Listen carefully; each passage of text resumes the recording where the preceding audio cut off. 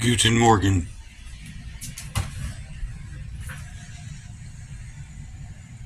This lady messaged me and was the interesting thing about, I'll tell you in a minute.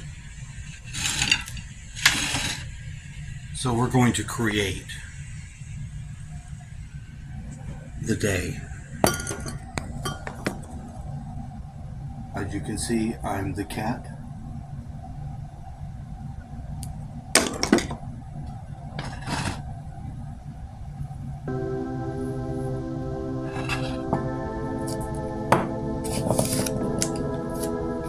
Now this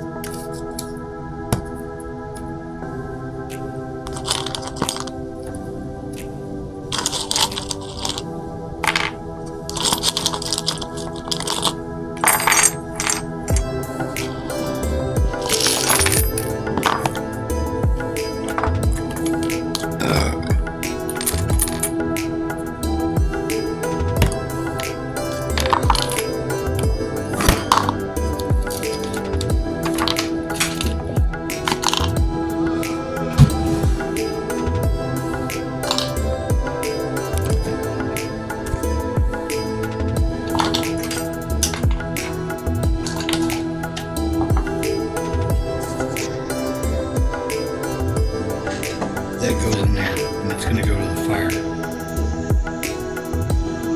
It's the load, which it's got one of the two pictures of me. It says I did my dad with the being light, so I'm doing myself different. And I was called to action by someone. So now I need to shop for the jobs that I'm looking for, not clear the cats. Bye-bye.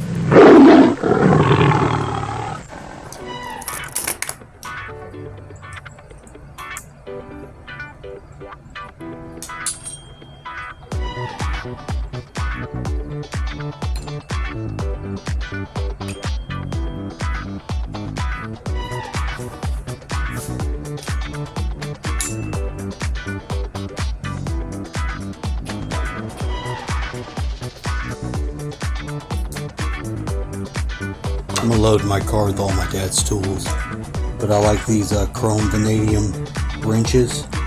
The very smallest one says workman's favorite. Oh, workman's choice.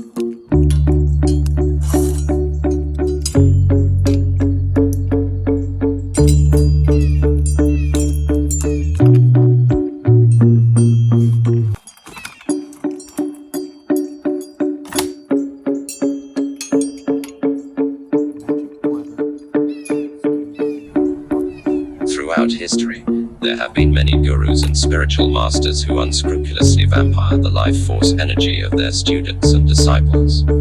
These instructors provide the disciples with specific incantations and mantras that will secretly pour the students' projected life force energies into the master's own energetic field.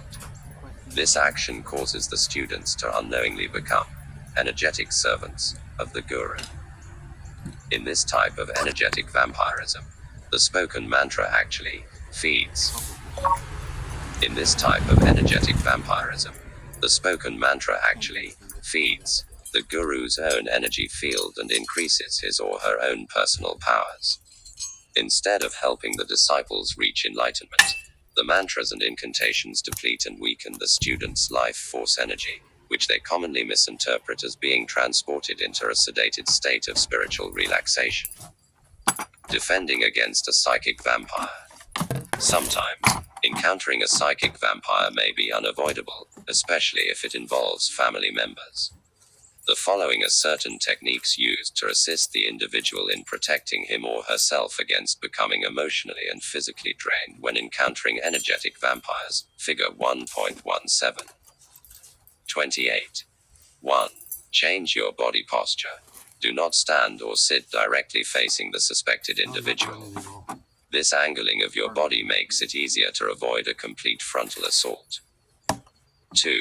Gaze into the left eye. When staring at their face, only gaze into their left, receiving, eye. This allows you to avoid the direct assault of the energy being projected from the individual's right, projecting, eye. 3. Cross your arms during conversation. When speaking, cross your arms and keep them folded across your solar plexus and yellow cord area. This technique can also work by crossing your legs, or at least your ankles. This allows you to close a circuit and become emotionally detached from the individual. 4. Keep your mouth closed. When not speaking to the individual, keep your mouth closed and your head slightly tilted forward. Because qi and shen are projected through breath, this helps avoid the sipping action that a psychic vampire can initiate when energetically absorbing a victim's external wei qi field. 5. Create an energetic wall. When talking to an individual who you mistrust or suspect is a psychic vampire, imagine that there is a shining, impenetrable, energetic wall, shimmering like a thick sheet of blue glass, existing between that person and yourself. You should also imagine your magical seal glowing and radiating from your third eye. Hexing dolls. To initiate a powerful psychic attack, and place a curse or spell on an unsuspecting To initiate a powerful psychic attack, and place a curse or spell on an unsuspecting individual, many ancient Chinese traditions utilized the construction of a hexing doll in order to represent a hated enemy or desired mate. So powerful and effective is this magical art, that it became extremely popular and well feared among all disciplines of occult magic not only in China, but around the world. In the secret art of casting spells on people, a hexing doll is sometimes called a human puppet. This description is quite accurate because the attacking sorcerer can control his or her victims will through the doll just as a puppeteer controls his or her mannequins by using strings. The hexing doll's external construction. A hexing doll is a microcosmic representation of a human body, animated by the energy the sorcerer instilled in it when he or she created it. Because the hexing doll incorporates a smaller amount of the victim's DNA, i.e., hair, nails, body fluids, etc., as well as their picture, signature, etc., it is magically connected to the victim. In hexing and initiating curses, there are distinct advantages and disadvantages to the physical design and construction of each hexing doll. Essentially, all hexing dolls are made in much the same way now as they were in ancient China. In ancient times, the objects used for constructing hexing doll sorcery would vary according to the sorcerer's training and the availability of materials. A sorcerer uses materials which are indigenous to their area and readily available. The materials used to construct the doll are as varied as the many regions in which dolls are constructed. For example, some Chinese provinces would use a human image constructed of moss, a ginseng root, a mandrake root, or one of a dozen or more herbal plants. Other areas used wood, clay, mud, soft wax, straw, cotton, cloth, hair, animal, and human, or a combination of several of these ingredients, depending on availability. The following is an example of one of the many techniques that can be used by the sorcerer, utilizing the various components of the hexing doll's physical composition. Yellow wax.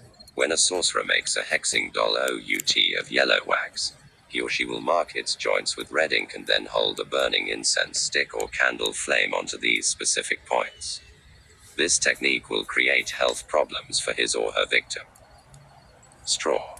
After constructing a straw We've got figure another or knight doll come representing out a of the dirt. victim, if a sorcerer He adds didn't a have a written head, hex so and a picture of the victim or a now he paper does. carrying his or her name, and then ties these objects together using strips of oxhide, the victim will not be able to break the bond and the curse will remain attached to his or her spirit even after they die.